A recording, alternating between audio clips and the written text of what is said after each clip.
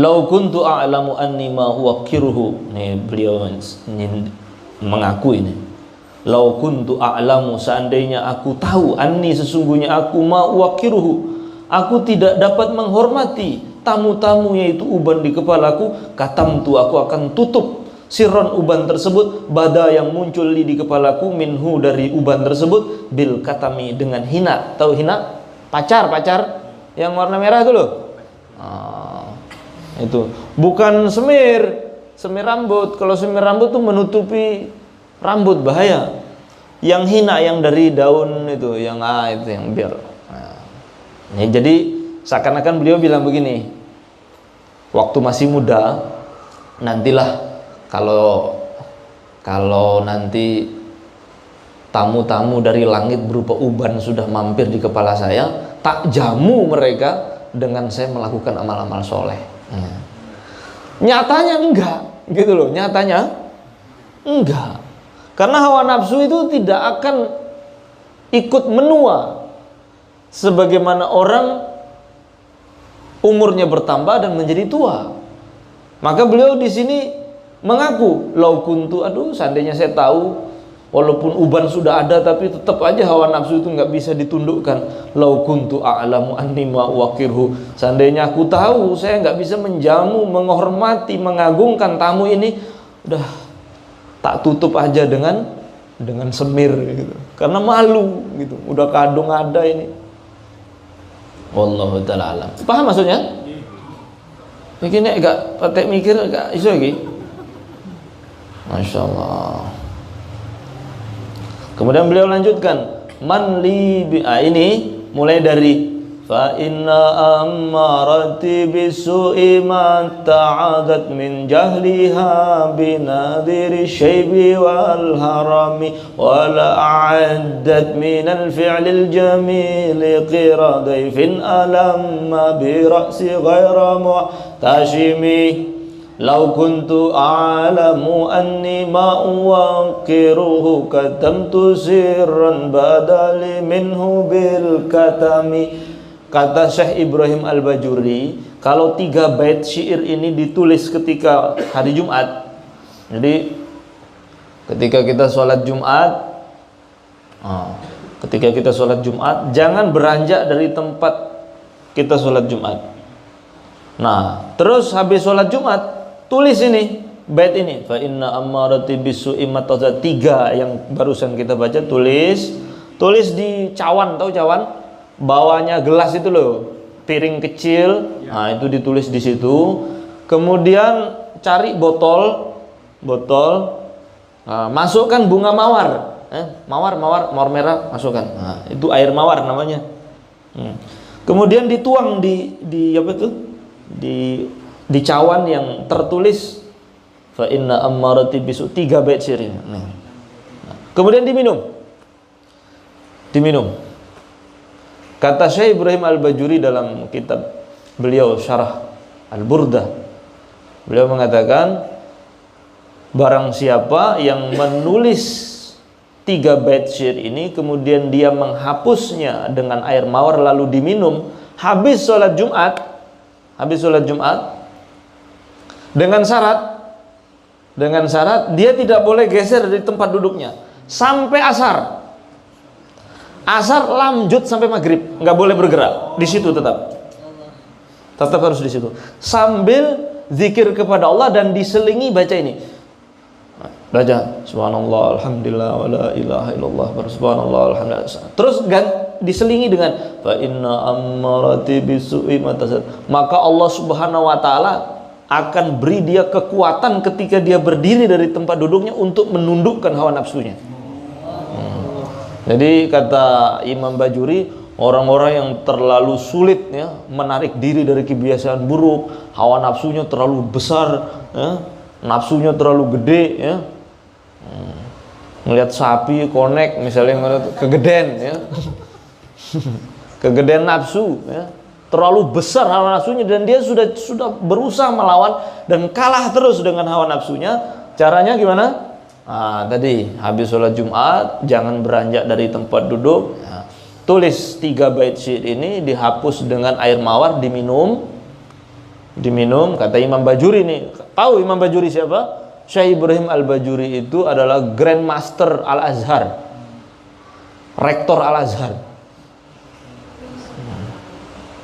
Mau jumpa ngomong bid'ah, oh Syekh Ibrahim Bajuri bilang gitu. Di antara khasiat 3 bait syair yang kita baca ini, kalau orang yang terlalu besar hawa nafsunya dan selalu kalah dengan dorongan hawa nafsunya, ditulis habis sholat Jumat, kemudian diminum, dan jangan beranjak dari tempat duduknya, tetap menghadap kiblat, berzikir sambil melantunkan 3 bait syair ini.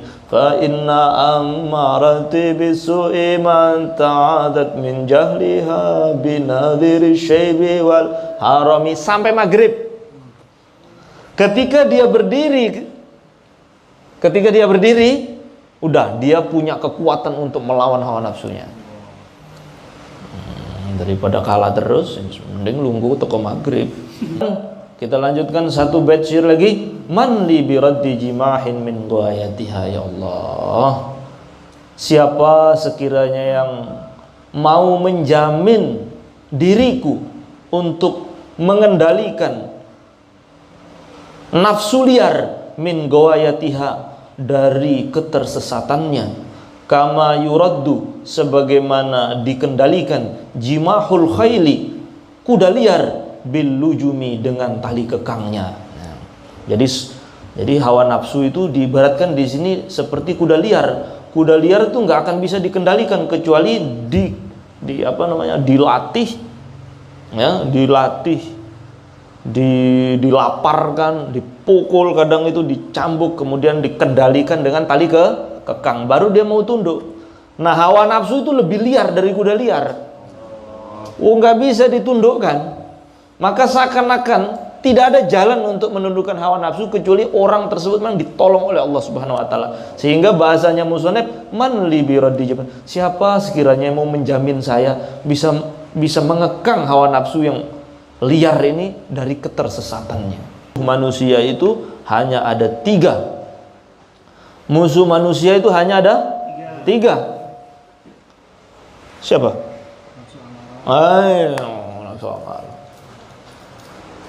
Musuh manusia itu hanya 3. Pertama, dunyahu, syaitonuhu, wa nafsuhu. 3 aja. Musuhnya manusia itu hanya ada 3. Dunianya, setannya, sama nafsunya. Gimana cara menghadapi dunianya? Hadapilah duniamu dengan zuhud. Zuhud dengan dunia, hidup sederhana. Yang kedua, musuh kita yang kedua, syaitonuhu, setan kita. Karena manusia itu selalu disertai oleh setannya. Maka gimana cara melawannya? Tentang bisikannya dan berlindung kepada Allah. Wis munfarijah. Di situ benteng ta'awudz kepada Allah. Nah, yang terakhir, musuh manusia yang terberat yaitu hawa nafsunya. Bagaimana caranya? Tentang keinginannya. Lebih tentang pokoknya kalau kebaikan yang kamu lakukan kok rasanya ringan, curigai itu. Jangan-jangan nafsu itu. Karena nafsu itu selalu bertentangan. Kalau kebaikan itu mesti nggak cocok sama hawa nafsu. Contoh hujan-hujan begini kan enaknya itu mangan mie ayam panas-panas ya deh. Tunggu nang oma udah tudut ngono meneng ya. Karo browsing opo ngono, delok YouTube kan enak deh kayak. Ya. Jadi enak. Tapi karena di kepala antum itu, iki wayahe ngaji. Nah. Wayahe ngaji, bismillah udan sisan. Wis gak apa-apa les. Sik banyu udan nih. Ora watu kok.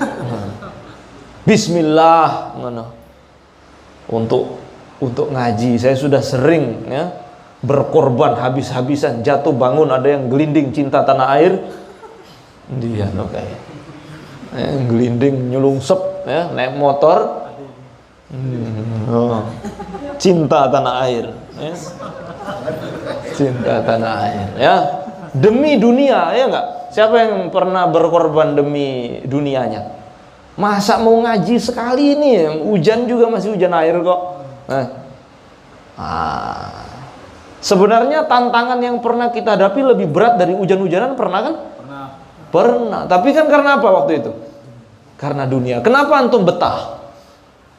Nah, karena cocok sama nafsu, begitu aja. Kalau sama ngaji itu berat. Berat. Nah, nanti ada yang lebih level lebih tinggi lagi. Misalnya contoh, oh iya Arab nyilih duit ke Mas Rohman. Misalnya, mau pinjam duit sama Mas Rohman. Kok rasanya ngaji tuh wenteng, nah, nafsu itu. Atau ada jamaah putri misalnya gitu ya. Tiba-tiba datang duluan ya. Kok ngaji kok yo maca sisan. Nah, gitu. Kayaknya dalam baik tapi sudah ada begitu. Kapan kok nafsu tuh cocok? Nah, berarti ada apa-apa itu harus dicurigai itu. Karena namanya nafsu itu selalu nggak akan bisa cocok dengan kebaikan. Maka kalau ada kebaikan kok hawa nafsumu cocok, itu dianu dulu opo gitu, diteliti dulu. Jangan-jangan ada berbau-bau apa begitu, ada tendensi dunia atau apa dan lain-lain sebagainya. Kekuasaan atau biar dibilang, wih sergap tenan caiki. Banyak hal lah, banyak hal. Ya Allah, nafsu. Kapok-kapok. Dan kita itu selalu tersandung ya, dengan batu hawa nafsu dan berujung hina. Tapi anehnya kita ini kok gak kapok-kapok gitu ya. Dikecewakan oleh dunia, dihinakan oleh hawa nafsu kita, kayak gak kapok-kapok. Yes, Masya Allah. Saya sendiri itu belum pernah ngamalkan itu, pingin juga sekali ngamalkan ya, duduk sop awal, ujute ngetok-ngetok ya, ngetok-ngetok. Tapi dengan syarat nggak boleh bawa HP loh, yang begitu itu. Bawa tulis, terus selfie ngono, bawa posting. Ngamal nih sing wingi ngono. Oh, kuwi nafsu sisan kuwi. Amal nggih hawa nafsu kok golek like apa flower yo, beda lagi ceritanya nanti. Wallahu ta'ala alam bisawab wa ilaihil ma'ab. Wis, ya. Selesai kan?